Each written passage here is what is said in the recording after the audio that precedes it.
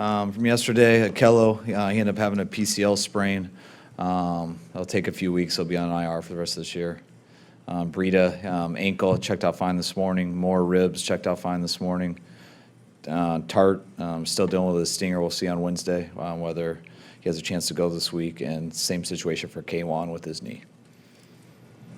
No more Ahkello this year. How do you assess his 2018 season? I'm gonna look at all the tape and put it all together. Wish he could have finished these last two games. I think he definitely was finishing better than he started. But his story's not written yet. He's got to improve, and hopefully he'll come back here ready to go next year and take off the way he finished. What areas in particular did you see growth in him over the last few weeks? I thought he got a lot better in his coverage, just more consistent, playing a little more physical in his coverage too. And I know he had some PI calls over the last month, but ones that I wouldn't want him to play differently. I thought he did a real good job in all those, and I liked how he got more aggressive throughout the year. What adjustments would you like to see him make going into this full off season? Obviously, similar to last year, that he ended on a strong note, but the second season didn't get off to the start of the year. Just coming out the gate the way he finished, where being aggressive with his hands at the line of scrimmage, being aggressive in his coverage and the pass game, and of course always doing the same thing in the runs. What do you, Tavarius Moore, I'm guessing, will be starting in his place? Yes. What did you see out of him yesterday, Kyle, that you've kind of been waiting to see? Yeah, I was excited to see him play. I know they challenged him a number of times, and he missed some plays, but I like how he rebounded throughout the game. Similar to what I was trying to describe with Pettis, versus Tampa, where Tampa was the first time we kind of left him out there and just let him play through things. And that was a situation with Tavarius yesterday. And stuff that he struggled on earlier, I thought he did better in the fourth quarter. He plays physical. He doesn't mind hitting. He showed that on special teams. He carried it over to the defense, and looks like he had fun out there. Looked like it wasn't too big for him. He challenged guys at the line, and he made a huge block too on special teams on Richie's kick return too, which sprung him loose. Who else had blocks on that one that stood out? A lot of guys. We had a good double team by Nzacha and James Onwalu. So it's a rough last name. By James and Nzacha. It was a good job by Dwelly too. He had a good block for a second, and then he started to lose to him. And that's something we've struggled in, or not struggled, but we've made some mistakes in where guys just start to lose the block and they try too hard to recover and they end up getting a little clip or a holding or something. He did a great job once he lost it, just letting go. So Richie got right by him and didn't get a cheap call on it. Marcel Harris had kind of a nice learning curve from the first game to the second game. What's that? Sorry. Marcel Harris had a nice learning curve from the first game to the second game. Did he continue that in the third? Yes, and he was definitely much better at this game than he was for Seattle the original time. I know he took a step in the right direction versus Denver, and I thought it continued yesterday. Definitely a few plays he'd like to have back, so by no means was it perfect. But what I liked about him is he competes. Even when he does mess up, he's doing it full speed, doesn't mind tackling. He throws his body around and made a really key play on a screen. I think it was the second and long where they had a good play call. They had a screen on us in a 3-by-1 versus pressure, so there was only one guy left, and it was Marcel with lead blockers, and he did a good job. I think he tackled him for a 6-yard gain when if he doesn't do that, it probably would have been a 50-yard gain. Well, it's circumstantial, but in a limited sample size, you're 7-1 in December since coming here. Is that, I mean, what do you attribute it to? And are you sensing that guys are just executing at a higher level, just being in sort of a rhythm at this point of the year? Yeah. I mean, I think you get better the more you play. You get better. I think we've given guys a lot of opportunities in these 2 years to play, and I don't think they have gotten it right away, but when you got the right guys and they continue to work at it, I think they naturally get better.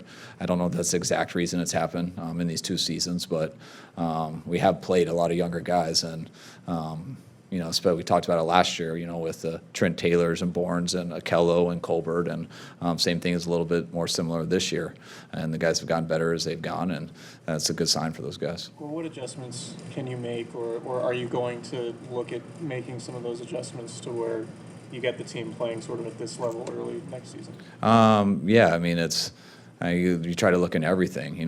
We don't do much different schematically and everything. I do think we have been playing better the last month or so. but I think that's just trying to get guys better and better. Even when we took a step in the right direction last year, it doesn't mean at all that you've arrived, and you better not ever think you're close to arriving.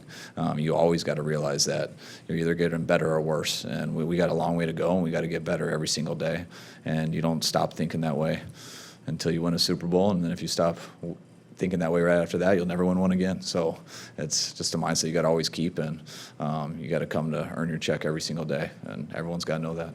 What do you make of the defense getting 3 straight stops to close the game? Russell's famous, notorious for fourth quarter and late game heroics, but those last 2 drives in regulation and the first one overtime.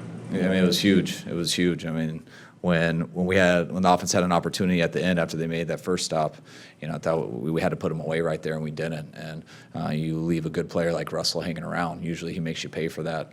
And I thought our defense stepped it up huge. Got a couple calls and got him off the field and gave the offense a chance a couple times to come back out there, and finally got it done in overtime.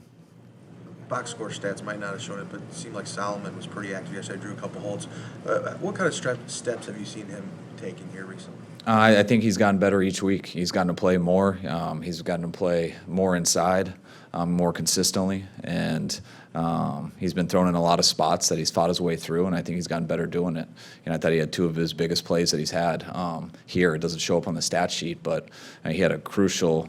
They rolled out to the right. I believe it was a third down. I think it was the 3rd and 4. He beat the right guard, got some penetration, made Russell roll back the other way, and got Buck a sack on that, and then generated the holding call on the final one. That got the big one to McKissick. So, and he did it by beating the guy. So if he wanted up, he would have been able to get that sack. So it was 2 huge plays by him. Kyle, is it any more or less meaningful to you when you get a win yesterday, especially when you get big contributions from undrafted free agents, players also taken in late round, 7th round, things like that? It excites you. We're trying to build the best team possible here, and it doesn't matter where you come from, what round it is, or whether you're a rookie or a free agent from somewhere else. It's we want people here who can help turn this around and help get us a consistent winner and get us where we want to go. And that takes everybody from the bottom of the roster to the top. And the more people can do, the more they're going to be part of the solution. And that's what we want to see from guys, and seeing more and more of it each week. Those opportunities come obviously at the expense of others, maybe with injury like we saw with Jeff Wilson. So these last 2 games, is there any effort by maybe the coaching staff, if there are more opportunities, to put some of those players in to see what you have for next year and build, or is that more in the spring? Yeah, no, you try to do that, especially at this time of the year. But, kind of as I've been saying for the last month, you don't just do it to do it. This football is a violent game. A lot goes into it. Guys worked way too hard, and you do everything you can to win the game. We've had a pretty good idea that we haven't been going to the playoffs for a while here, and that doesn't just mean that we're playing anyone. It's not preseason. What we're trying to give the guys who earn the spot to play, who give us the best chance to win. If you're ever at a spot where it is a tie at this time of year, and you could go with either one, but you got to pick between one, I'd like to give the guy the opportunity who we haven't seen as much from this year, and that's really what we've done in those decisions. You need to get CJ in at all in these final 2 games, or just let Nick go because he's been so efficient? No, I mean Nick deserves to be in. Nick's played very good, and he's gotten better as he's gone. I thought yesterday was probably Nick's best game, and especially the way he finished it in that 4th quarter. And we didn't complete a lot of balls, but just him getting rid of the ball on some really tough protection situations, and being able to get that one to Dante at the end, which was very tough to get off. Mingo had his speed on the right side, and to get us off is, to me, they don't call PI a lot if you don't throw it to him. One, we missed a free safety pickup that he threw to Bourne on 3rd down. That was just unbelievable. It ended up slipping out of Bourne's hands, but it was a hell of a play. No, he's done too good of a job, and we'd love to get CJ more playing time, but Nick's earned it, and I'm not taking him out. Richard has spent some of his press conference trying to drive up Nick's trade value. Are you open to opportunity presents itself trading one of your backups? You're open to anything possible that improves your team. That's not just backups. Anything. You have an obligation to do whatever you think is right to give your organization the best chance to win. I think backups are extremely valuable. but not just at the quarterback position, but everywhere. Usually you have to win with backups, and you hope to stay healthy all the time, but very rarely does that happen, and backups can be the difference in a season. Have you gotten any closer to when Jimmy would be able to go through a full practice or anything like that? Is that been? No, I don't keep up with that because my understanding he's got a real good chance to be doing stuff in OTAs. Especially at the quarterback position where you don't have to be out there running routes and things like that. Hopefully, we can get him in some 7-on-7 deals and things like that, and he can be throwing the ball. So we'll see if that works out that way. June OTAs? What's that? June OTAs? Yeah, I think end of May. May comes before June, yeah. You're way ahead of me right now. 2 weeks and. I'd suggest though that Nick and CJ will be the main QBs throughout at least a good chunk of the spring. I mean, are you looking forward to having that dynamic? Two young guys, perhaps competing with each other, working with the first team group. What's fun is when you have a bunch of guys who've played in your system and you know what they are and you know that they can be successful. And then you're not always trying to train guys. I mean, you're always trying to get guys better and teach them every single day, but it's neat when you have some choices that you believe you can win with. And I think we got 3 guys in our building that give us a chance to win. So going into a camp with them, or however it plays out, you just give them reps and you let them go, and usually it takes care of itself. And the question on Gold, but since you become a play caller, has there been another kicker you've had that level of confidence, kind of like, okay, we're at the 30, we at least have 3 points? Yeah, and with Matt Bryant, I had it. Yeah, Matt Bryant did very well. Besides that, I've always thought we had to get to the 20 before I wanted to not go for it. Robbie's changed that. Rugged experiences. Yeah, some scars. Is it no-brainer to kick on third down? Yeah, I mean, that's what you wanted to. I was actually contemplating it every single down. I mean, it's really messing with my mind the whole time there because Robbie is very efficient on kicking those field goals. But, once you get to that 30, I know he can make it. But it's, man, what if you kick it here and it hits the upright? Then let's just get it closer. And we had fumbled in the game and things like that, especially Jeff coming off that and with Breida going out. All right, I want to get it closer, but how many times? Well, what if we end up turning this over when we have it? So there is that whole dilemma. Once you got to third down, I forget where we're at, but I think it was inside the 25. I think it was right at the 20.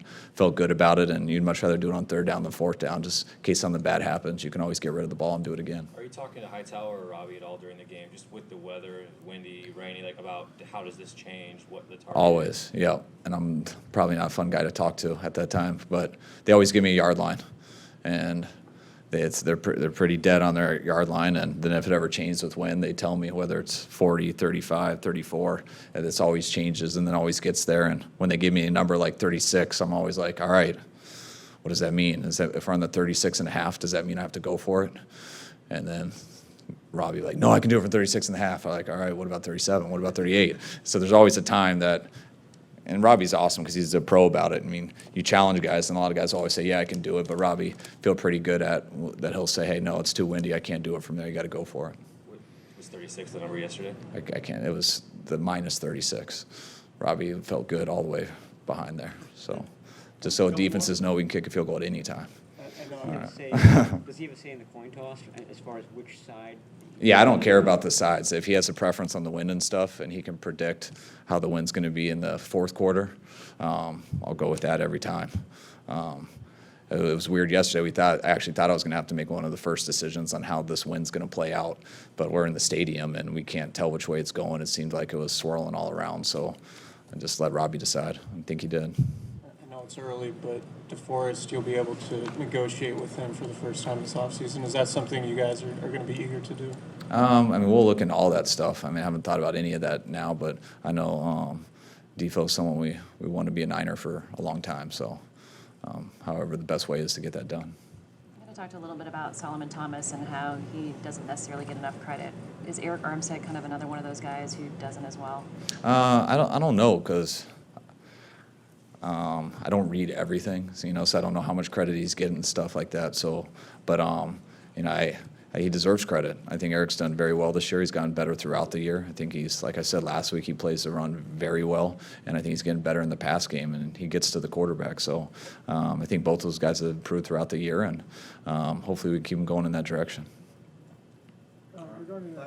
Regarding Sherman, certainly 49er fans had a certain perception of him, you know, whatever it was. I mean, he does seem to be maybe a better teammate than I think a lot of people might have guessed. I mean, he's very into talking up, you know, half the roster or whatever. Did he surprise you in that way? Had you heard stuff about him that maybe went against whatever some people's perception might be? Yeah, I think Sherm comes off way on TV and stuff. One, because he's passionate and does stuff. Two, because he enjoys parts of that. But you try to never make a decision off someone based off perception. You try to talk to people who know the person, and you get their opinions of them. And I've heard a lot of good things about Sherm from coaches I respect and that have been with him. And then you always try to spend some time with the guy and decide for yourself. And since the first time we've been with Sherm, and since going to dinner with him that first night, he's been extremely consistent, a guy you can talk to, a guy who can use reasoning, who can talk and understand what you're saying. And usually guys like that who work hard and just want to win are some of the easier guys to deal with. You know he could tackle so well in the run game? Yes, he's done it to us a number of times, especially on that edge. I've seen him do it, and when he wants to go, he's heavier than people realize, and he can put his hands on you pretty good at the line of scrimmage and coverage, and when he lowers his pads, he can deliver a blow. All right. All right, guys, thanks.